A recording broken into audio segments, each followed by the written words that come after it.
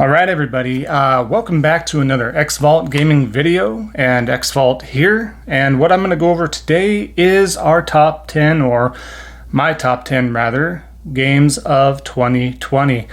So I debated back and forth about even doing this really, because I did play a lot of games, but I didn't play some of the major hits like Dragon Ball Z, Kakarot, Phoenix, Immortals Rising, and you know, Assassin's Creed Valhalla and stuff like that. So there's a few third-party games that I didn't get my hands on that were supposed to be really good games. And so some of the games at the bottom of my list are games I played that I think deserve to be on the list, but I think if I got my hands in significant time on those games previously, then I think these games towards the bottom of my list would probably not be on there as high, or even just coming in at the bottom, right? So with that being said, it is what it is.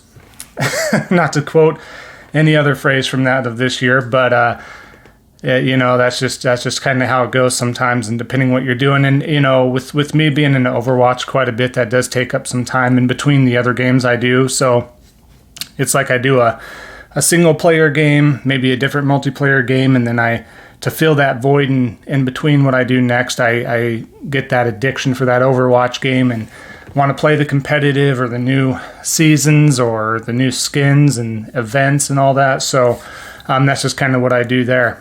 But that being said, so let me get some stipulations out of the way about what qualifies a game to be on the list, or my list of 2020.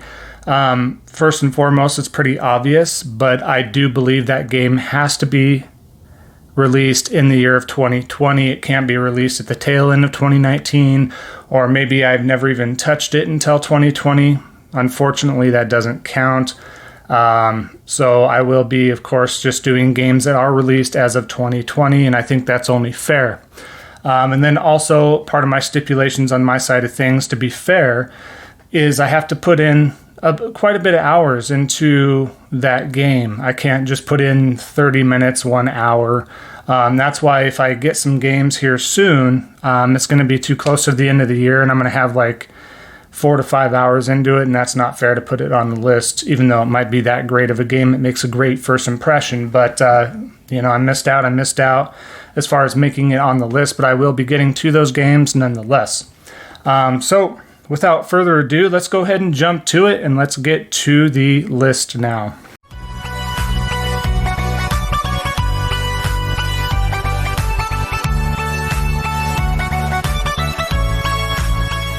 All right, so the list going off, we're going to go from 10 to 1 up to number 1, right?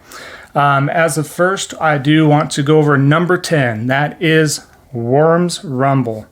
This is a game that just recently was released. It's for PlayStation consoles and PC only, and it does enable crossplay.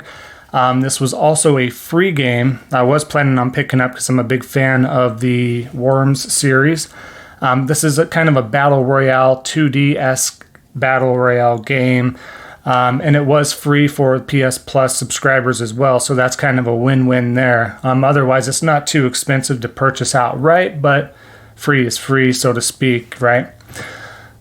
So with this game here, it's kind of self-explanatory. It's a 2D, like I said, kind of battle royale. You can do all versus all, or you can do teams, or you can do a few last worm standing and stuff like that. So if you are familiar with the Worm series, then you're going to be familiar with the weapons such as bazookas, holy hand grenades, sheep, machine guns, pistols, health items, ninja rope, all sorts of accessories and weapons to utilize against your rivals in this game. So it's pretty cool because it's quick. I haven't seen any real lag. I haven't seen any broken weapons that have an advantage over the other. If you're good with that weapon, you could take out somebody with another premier weapon, so to speak. So with that being said, it's really a good game. I spent some considerable time with it. You have some customization options for your worm, and you can unlock some further headbands, glasses, voices, facial hair, whatever you have, right? So it's really a good time, really good fun. I think it deserves to be on that list because it's a different little take on the Battle Royale series and genre. And I'm always open for some more Worms games. They're always fun to play. It's rarely a miss in that series. So there you have it, number 10, Worms Rumble. Heading over to number 9, I did put on there Bless Unleashed. Bless Unleashed is an MMO. It is free to play. It is also out for PC, Xbox, and finally came out to the PlayStation console just recently, within the last few months, I believe. So I did mess around with the beta before I even downloaded the free-to-play, and the beta left some pretty good impressions on me. It's a little clunky. It's not as smooth as, World of Warcraft or something like that. This game's more real-time combat rather than turn-based or waiting for other things. There are cooldowns and stuff like that, and it's pretty typical of your MMO. You can do a lot of the quests solo, a lot of the main story quests solo, but when you go to a dungeon, it does make you pair up with somebody if it requires 2 people, if it requires 4. I believe it requires more than that at some points. I could be wrong, and I know there's raids and stuff like that. There's open world raids that everybody can join in on, and it's pretty cool because you see everybody just kind of mobbing on this giant boss that's a world boss, so to speak, and you get in there and start doing your combos, and that's just it too. That separates itself from, let's say, Final Fantasy XIV or World of Warcraft. It is a very combo-esque attack pattern, so you have to learn your combos of your class. You got stuff like Priest, Berserker, Archer, which is and then you got your races. That's pretty similar to your standard typical MMO races and characters and all that. So, but no, it's really good. The voice acting is meh. The story is okay. But overall, the actual gameplay experience itself, I think, is really good. And for a free-to-play MMO, unlike the gosh, of course, it's going to skip my mind right now, but there was another free-to-play not too long ago, I think about a year ago, and that one was really bad, really glitchy and buggy, and this one has a little bit of glitches, but not much, and like I said, I think there's a cool community to it, and it's fun. It's worth checking out, especially if you have an itch to play an MMO and you want to try something different. I definitely give this a recommendation, and I did spend some time in there. So I think it's a lot of fun, and a lot of fun to be had if you want to invest your time in that game. So yeah, number 9, Bless Unleashed. Heading over to number 8, I'm going to give a shout out now. This is one that I didn't put a ton of hours into or anything like that. I've been meaning to get back to, just other games have been coming out and occupying my time. But Bug Snacks, number 8, Bug Snacks. This is a really cool, quirky, zany game. I have a one Let's Play on the video channel you can check out. And it's basically a combination of Pokemon Snap / kind of like a narrative adventure all the same. So it has a really good story. Even just starting out, you can see it world building and everything like that. Again, I mentioned this in a previous video, but my boy, he loved this game. He's 13. He's not like 5 or 6. He just really enjoyed this game. He was like, he would joke around about it. He got into it pretty good, real quick, right? And did all the things and ended up platinuming the game and loved the story, especially by the end. He's like, man, that was a good twist and what happens. And he liked it so much, like I mentioned again in the previous video, that he platinumed it on my wife's name. I didn't want him platting it for me because I like to earn my own plats and trophies for the most part. Well, for always, right?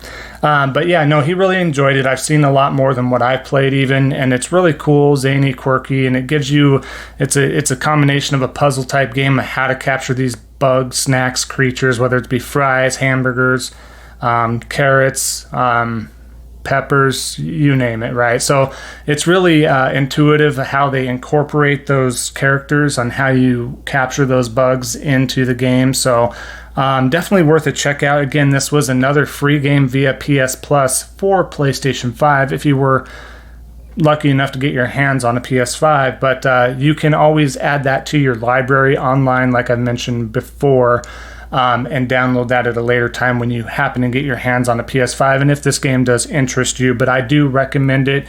That is why it's number 8, and I think it would still reach the top 10 even if I played some previous games this year. At least I think it would break in the top 10, so definitely worth a recommendation there. So yeah, number 8, Bugsnax. Moving on to number 7.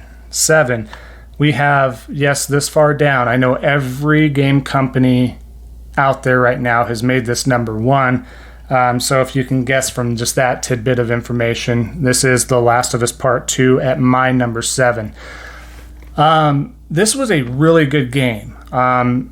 When you're technically speaking of this game, it's not deserved to be that low.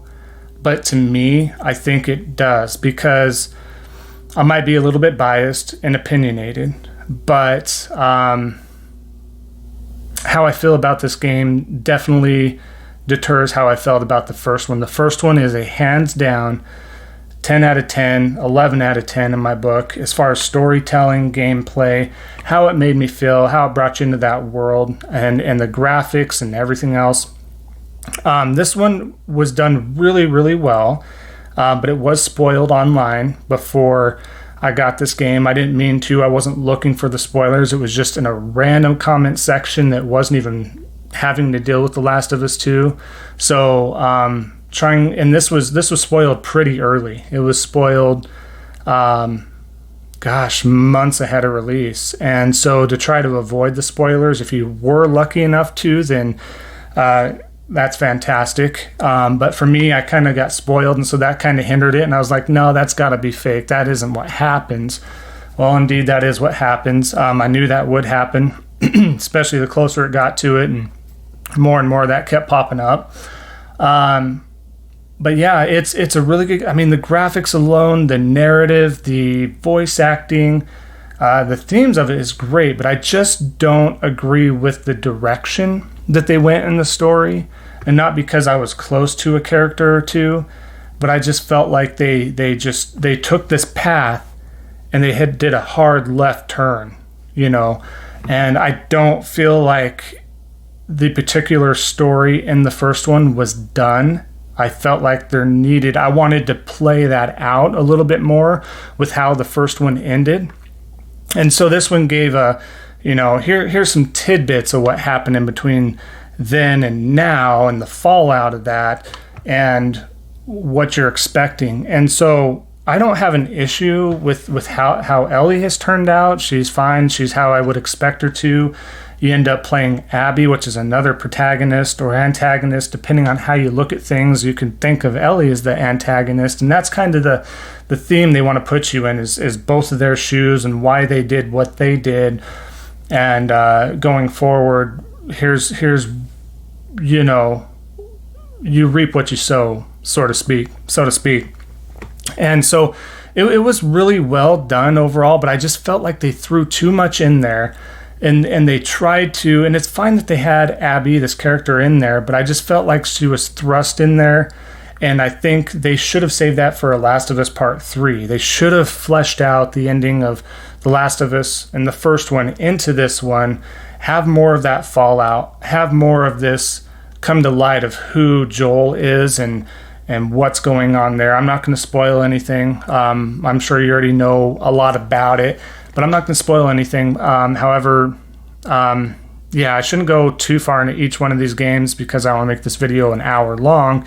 But yeah, just in a shell, I just felt like they could have done so much more from the previous story. And I felt like this story that they put in number 2 was rushed, and therefore I think it deserves to be in a number 7 spot, as miraculous as it is in gameplay, narrative, and voice acting and all that, right? So great universe still. I'm excited to see what happens in the next one. I don't think they'll be done with this. They left too much out in the open. So we'll see what happens. But yep, number 7, Last of Us Part 2. That's why it's there. Number 6, surprisingly, another free-to-play game that I happened to stumble upon. It did come to PlayStation console a little bit later than the other consoles, like even Switch and such. And that'd be Rogue Company. Rogue Company is a third-person, over-the-shoulder-ish, not even quite over-the-shoulder-ish can be, shooter, competitive shooter, 4v4. You do have different types of modes and everything like that, but this game is really well done graphically and gameplay-wise. Each character has certain abilities, special abilities on cooldowns, the weapons they can get, how you can upgrade before each match. So it really reminds me of a battle royale, but not. But it's really akin to Rainbow Six Siege, but not as deep in the tactical aspect. But man, for free, this game I did spend a lot of time, and I didn't do it just to do it because it was obtainable, but I did obtain the platinum because there is a couple trophies in there that's pretty difficult to get. You really do have to try on a couple of those, and but it was just fun. I didn't mind. I enjoyed it. I played with friends quite a bit, whether it be with my wife or some friends from years and years ago, that we kind of reconnected a little bit and said, hey man, this is free, let's play this together. And we did, and it's really a blast. And I certainly recommend it. Doesn't matter what platform this is on, check it out. I think you're going to have a lot of fun with this, especially if you're a fan of multiplayer games, or if you just want to delve into it. Go ahead and check it out. I think there's a lot to be learned and had, and I think there's a lot of content coming for this game going forward, and I'll definitely be diving back in. Even though I have the platinum, I do really enjoy that game, and certainly deserves that number 6 spot, especially if it's under those radars of somebody else, right? I haven't seen this game on a top 10 list at all, so I think it deserves to be in one, honestly. Yep, so number 6, Rogue Company. Number 5, let's go to this special game that I'm always going to hold dear to me in my memory and heart, and that's going to be Fall Guys. I had my eye on this for some time when it was just announced with the trailer, and I was like, this game is going to be special. Like, I even told my kid, I said, this game's going to be special. There's something about it. Not like Gang Beasts. It's not going to be wonky and wiry like that. I think it's going to be a little wobbly gameplay, but there's going to be something special about it. And sure enough, when it came out, especially for free, again, PS Plus. So this is out for PlayStation consoles and PC at this time. Other consoles will follow at a later date, but there's no timetable given there. But this is another battle royale game, but it's not a shooter. It's not a battler. It's a think of remember the show Wipeout? Think of that, but you have a ton of people in there, and it's been a couple months or so. So forgive me if I'm wrong, but there might be around 60 to a match that starts, and then a bunch drop off right after round 1. So you have anywhere from 4 to 5 rounds or so. And if you make it to the end, you get a crown as a currency, and those are very difficult to get because trying to win is very difficult to do, especially right now as the time of this recording, as opposed to when it was first released, which was hard enough. You get those crowns, you unlock special cool costumes, and it's really a cool incentive. And then there's a battle pass to it, but it's not a paid battle pass. You don't have to pay to take part in the battle pass. It's a free one. So as long as you're just playing and getting experience, you don't have to win. You're getting tiers up. You can earn crowns, other coins, other outfits, and stuff like that. They're just getting ready to come out with Season 3 if it hasn't come out already for the winter theme stuff. But it's really fun, really a lot of fun. I did get the platinum for this, which is one of the hardest platinums to get out there. I was lucky enough to go ahead and do that after really putting some effort into that. So very happy with that. I will be going back to this game from time to time. Really a fantastic, fun party game, especially if you get some friends to join. But yeah, really great game. Check it out. You will not be disappointed, I don't think. So, number 5, Fall Guys. Number 4, we're getting to the good stuff if we haven't already in number 5. But Spider-Man Miles Morales. Again, I did platinum this game, not because I felt I had to, but because I wanted to. This is a shorter pseudo-sequel game to the Spider-Man game that was released just a couple years ago. So in this, you take place as Miles Morales and take part of his story and just becoming his own Spider-Man. And Peter Parker has to go off and do something secretive. He never does tell Miles what's going on or why, for sure. But Miles is in charge while Peter Parker is gone. So you take over from that story. And, even though it's a shorter experience, it's still a fun experience and something, again, I'm going to remember.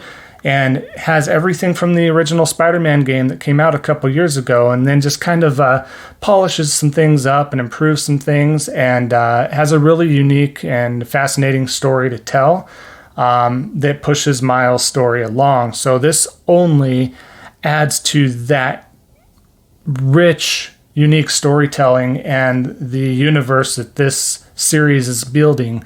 And I cannot wait for the next Spider-Man game. Between replaying Spider-Man Remastered and then this game here, wow, it's going to be a really interesting and entertaining game that's going to be coming out. So I'm very excited. But had a lot of fun with this. A lot of new abilities, great story, great character building.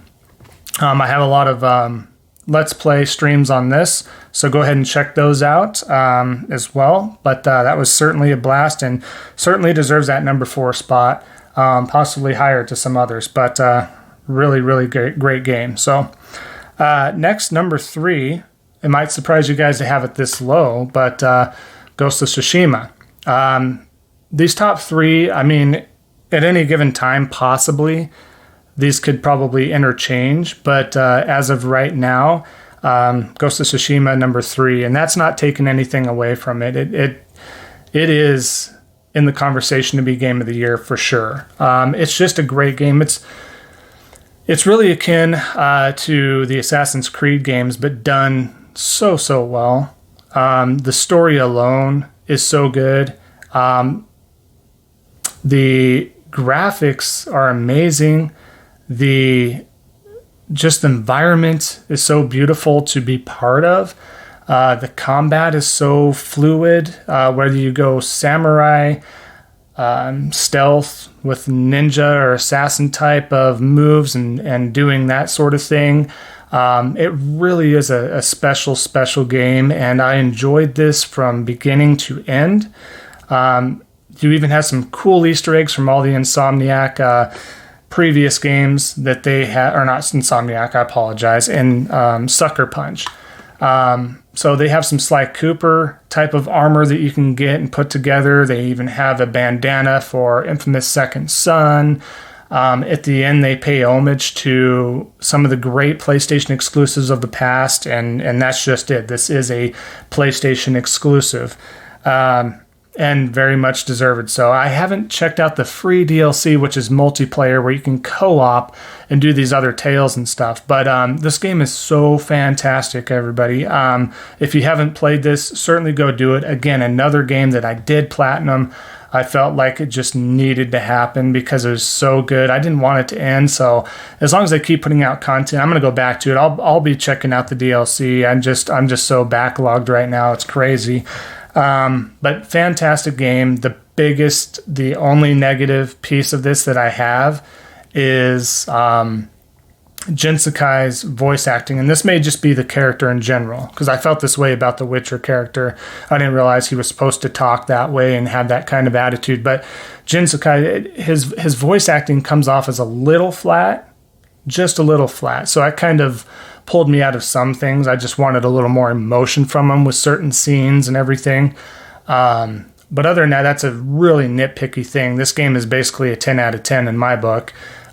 So certainly do yourself a favor and check this game out, especially if you have time. I believe it's on sale right now to $39.99. Pick this thing up if you can. PlayStation exclusive, so PS4 or PS5, however you want to play that. So number 3, Ghost of Tsushima. Number 2, I give a pause because this game is so good. I'm a big fan of platformers if done right. And not every platformer is a great game, or there's a balance between the platformers, right? You can think of the indie game like Super Meat Boy as a great platformer, and it is. But the difficulty spike is so up there. And what I'm going to be trying out soon, Cuphead, which I haven't tried yet, that also is going to be a difficulty spike. So we'll see how I feel about that here soon. But Rayman Legends and stuff like that, those, the Mario games, the old school Sonic games, the 2Ds, stuff like that are just the cream of the crop. But this game, Astro's Playroom, number 2, Astro's Playroom. This game came and does come for free on your PlayStation 5. This game's essentially was made to take advantage of the haptic feedback and the rumble features of that DualSense controller, and that's exactly what it does. But it doesn't do it in the form of like, oh, hey, it's a demo, or here's a super short demonstration or some instances and scenarios to where you're going to play it like this. It's a fantastic game through and through. What a platformer. And I was excited for this before I even got my hands on it, because I did play Astro Bot Mission VR, I believe it is the official title. On the PlayStation 4, I played the VR version of that game, and what an amazing game. I got the plat there, kind of difficult to get. Great game. So going to this, I had my expectations high, and they were met. I was a little worried because I'm like, man, they're going to throw some gimmicky stuff in there. Maybe certain parts will be good, but other parts will be meh, or this is annoying. But this game is so good. Every level I loved. It pays homage to all the past PlayStation titles. So each world has a genre or generation of PlayStation consoles and the games and the accessories and controllers and memory cards, all that that play a part in that world, and all the Easter eggs that you can come across. It's so good. It's so good. I loved it. I loved platting this game as well. But I just can't go on and on about this, but I would love to, but it's just so good. If you're a fan of platformers, this game's so good. It's a 3D platformer, but it's so good. It's so fluid. I played Super Mario Odyssey, which is a phenomenal game, and this game is right up there. For something that's so simple and free, it's right up there because it's just smooth. It's buttery smooth. The graphics are great. The environments are fantastic. The way it interacts with the DualSense controller, which is the best controller to date in my mind, and it's true to a lot of others as well, but it truly is the best controller right now. I don't care if you have the Xbox Series Elite Pro 2, whatever it is, this controller is phenomenal. And this game just plays off of that to a T, and this game just deserves to be number 2. This game is phenomenal. I just wish there was more content, and I hope they come out with a sequel sooner than later. I will buy each one of these up in a heartbeat. I wouldn't even care if I paid $70 to it. I don't care if I paid $100 to it, because that's how fantastic this game is. So totally worth it, and definitely deserved of that number 2 spot. So let's get to it as far as the number 1 spot here. And maybe I'm a little bit biased. Maybe I'm a little bit nostalgic for it, but it deserves that number 1 spot. I don't think my biasness or opinion plays a part into this number 1. I think it's just facts, you guys. I think it's just facts. The number 1 spot goes to Final Fantasy VII Remake. Where do I begin with this?